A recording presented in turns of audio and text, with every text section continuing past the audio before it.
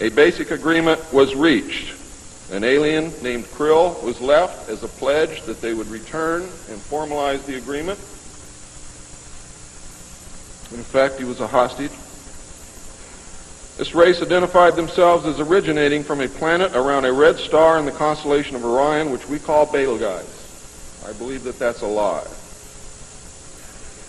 They lie a lot, and they deceive a lot.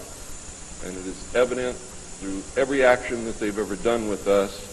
The truth is, ladies and gentlemen, these creatures might be from Mars, really. They claim that they are from a planet which revolves around the red star, which we call Betelgeuse.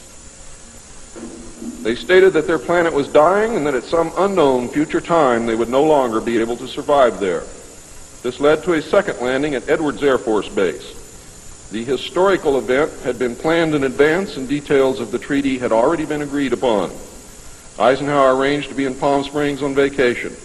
On the appointed day, the president was spirited away to the base, and the excuse was given to the press that he was visiting the dentist for a toothache. President Eisenhower met with the aliens, and a formal treaty between the alien nation and the United States of America was signed. We then received our first alien ambassador from outer space. His name and title, and I know it sounds ridiculous, but it's absolutely true. His name and title was His Omnipotent Highness Krill, pronounced Krill, spelled K-R-L-L-L or C-R-L-L-L. In the American tradition of disdain for royal titles, he was secretly called Original Hostage Krill, or O-H Krill, so that Americans would not have to say, Your Omnipotent Highness.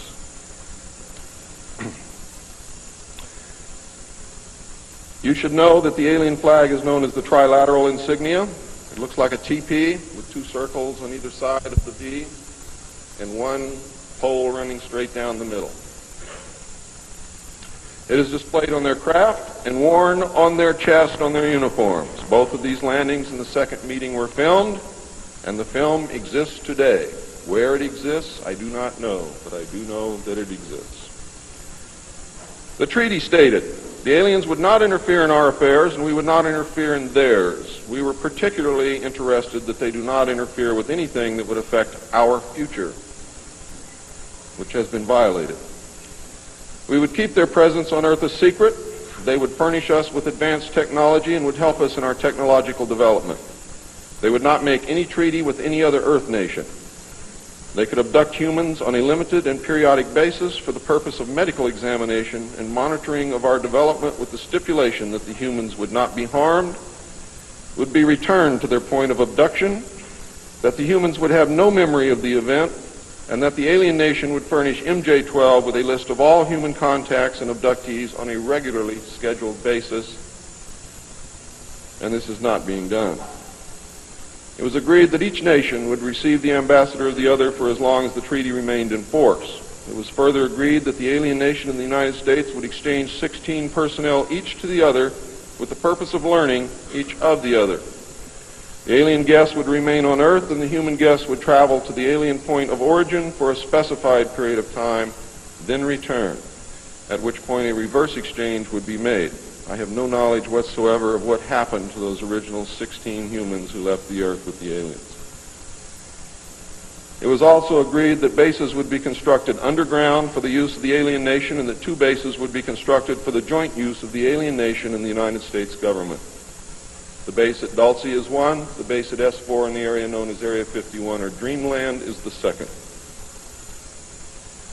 Exchange of technology would take place in the jointly occupied bases. These alien bases would be constructed under Indian reservations in the 4 corners of Utah, Colorado, New Mexico, and Arizona, and one would be constructed in Nevada in the area known as S4, located approximately 7 miles south of the western border of Area 51, otherwise known as Dreamland. All alien areas are under complete control of the Naval Department, and all personnel who work in these complexes receive their checks from the Navy. Construction of the bases began immediately, but progress was slow until large amounts of money were made available in 1957, and in the meantime work continued on the Yellow Book with the information derived from the guests.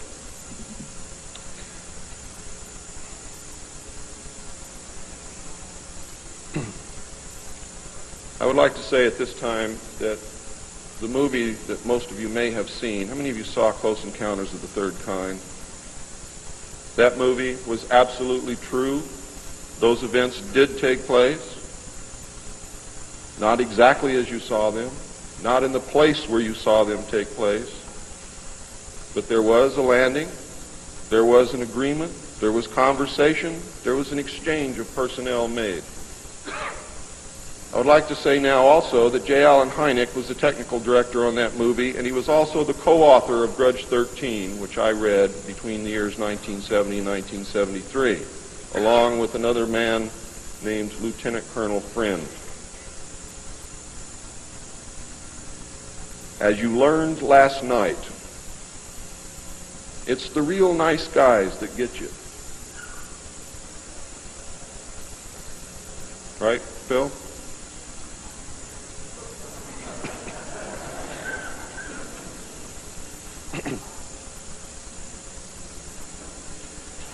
Project Red Light was formed, and experimentation and test flying alien craft was begun in earnest. As I told you earlier, many of the craft we recovered were intact, appeared to have no damage whatsoever. One craft actually exploded over the test site during testing sometime in the early 60s. I'm not sure what the exact date is, but the explosion is said to have been seen over 3 states. Project Red Light, according to the information that I have, was postponed at that time because they had no idea what had happened or why the craft had exploded, but they lost the pilots, and the project went on hold. A super top-secret facility was built at Groom Lake in Nevada in the midst of the weapons test range. It was codenamed Dreamland. Until this area was built, testing was done at the Tonopah test range, and that's why some of you have conflicting information. The installation was placed under the Department of the Navy, and clearance of all personnel required a Q clearance as well as executive, which means presidential or majestic approval.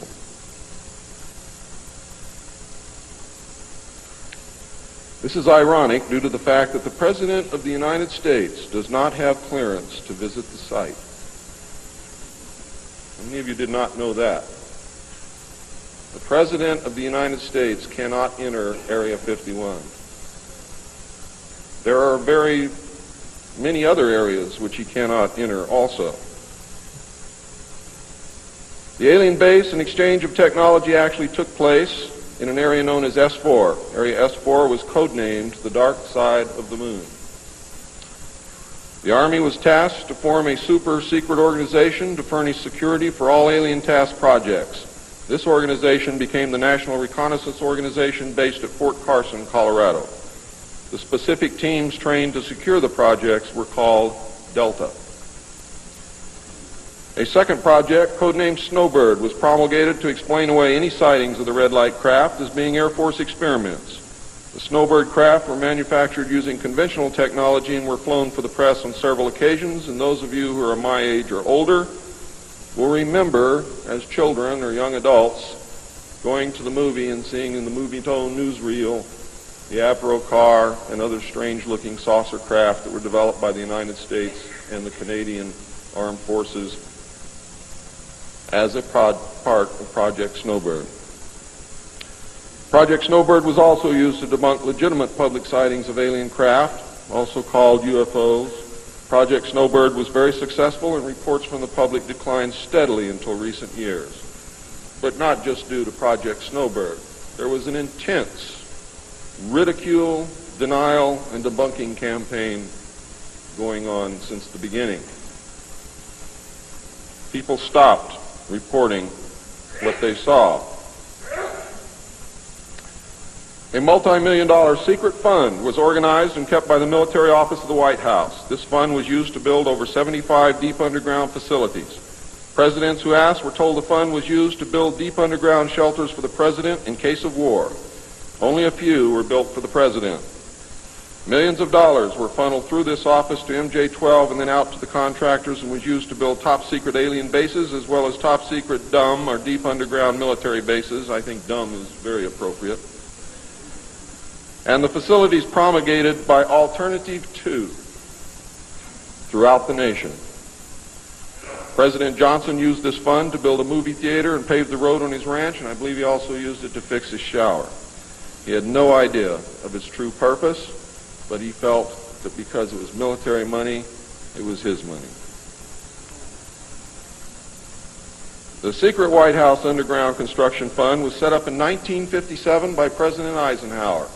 And you can forget Truman because Eisenhower has done everything that's been done to us, not intentionally, not to hurt us, in the beginning to protect us. The funding was obtained from Congress under the guise of construction and maintenance of secret sites where the president could be taken in case of military attacks, called presidential emergency sites. The sites are literally holes in the ground deep enough to withstand a nuclear blast and are outfitted with state-of-the-art communications equipment. To date, there are more than 75 sites spread around the country that I can account for, which were built using money from this fund. The Atomic Energy Commission has built at least an additional 22 underground sites, again, that I can account for. The location and everything to do with these sites were and are considered and treated as top secret. The money was and is in control of the military office of the White House and was and is laundered through a circuitous web that even the most knowledgeable spy or accountant cannot follow. As of 1980, only a few at the beginning and end of this web knew what the money was for. At the beginning were Representative George Mahan of Texas, the chairman of the House Appropriations Committee and of its Defense Subcommittee, and Representative Robert Sykes of Florida, chairman of the House Appropriations Military Construction Subcommittee. Today, it was rumored that House Speaker Jim Wright controlled the money in Congress and that a power struggle was underway to remove him. We all know what happened there, but I could not substantiate by any source the fact that he was in charge of the money. It is a rumor. At the end of the line were the President, MJ-12, the Director of the Military Office, and a commander at the Washington Navy Shipyard. The money was authorized by the Appropriations Committee, who allocated it to the Department of Defense as a top-secret item in the Army construction program. The Army, however, ladies and gentlemen, could not spend it, and, in fact, did not even know what it was for. Authorization to spend the money was in reality given to the Navy. You'll find out why the Navy has control of all this a little bit later. It'll become clear to you. The money was channeled to the Chesapeake Division of the Navy Engineers, who did not know what it was for either. Not even the commanding officer, who was an admiral, knew what the fund was to be used for. Only one man, a Navy commander, who was assigned to the Chesapeake Division, but in reality was responsible only to the military office of the White House, knew of the actual purpose, amount, and ultimate destination of the top-secret fund. The total secrecy surrounding the fund that meant that almost every trace of it could be made to disappear by the very few people who controlled it. There has never been, and most probably never will, be an audit of this secret money. Large amounts of this money were transferred from the top secret fund to a location at Palm Beach, Florida that belongs to the Coast Guard called Peanut Island. The island is adjacent to property which was owned by Joseph Kennedy. The money was said to have been used for landscaping and general beautification. The money did not begin to be transferred to Peanut Island until shortly after Kennedy's assassination. Some time ago, a TV news special on the Kennedy assassination told of a Coast Guard officer transferring money in a briefcase to a Kennedy employee across this property line. It was on television. Could this have been a secret payment to the Kennedy family for the loss of their son, John F. Kennedy? I think it was, but I can't prove it. The payments continued through the year 1967 and then stopped. The total amount transferred is unknown and the actual use of the money is unknown. Meanwhile, back at the ranch, Nelson Rockefeller changed positions again. He had been in sort of a holding position until the time was ripe, and now the time was right. This time he was to take C.D. Jackson's old position, which had been called the Special Assistant for Psychological Strategy.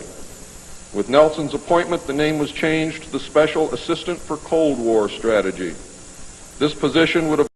These creatures might be from Mars, really.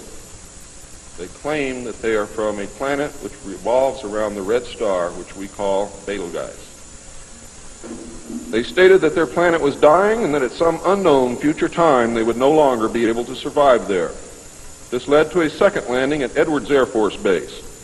The historical event had been planned in advance and details of the treaty had already been agreed upon. Eisenhower arranged to be in Palm Springs on vacation. On the appointed day, the president was spirited away to the base, and the excuse was given to the press that he was visiting the dentist for a toothache.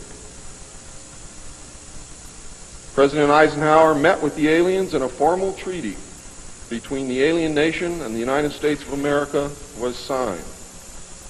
We then received our first alien ambassador from outer space. His name and title, and I know it sounds ridiculous, but it's absolutely true. His name and title was His Omnipotent Highness Krill, pronounced Krill, spelled K-R-L-L-L or C-R-L-L. A basic agreement was reached.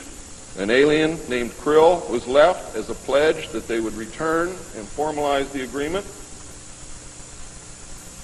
In effect, he was a hostage. This race identified themselves as originating from a planet around a red star in the constellation of Orion, which we call Betelgeuse. I believe that that's a lie.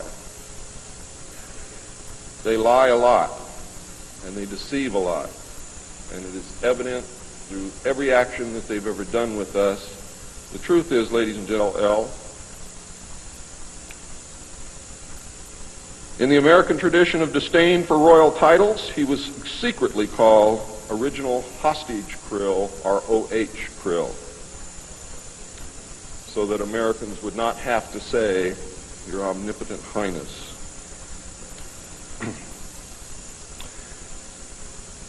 You should know that the alien flag is known as the trilateral insignia.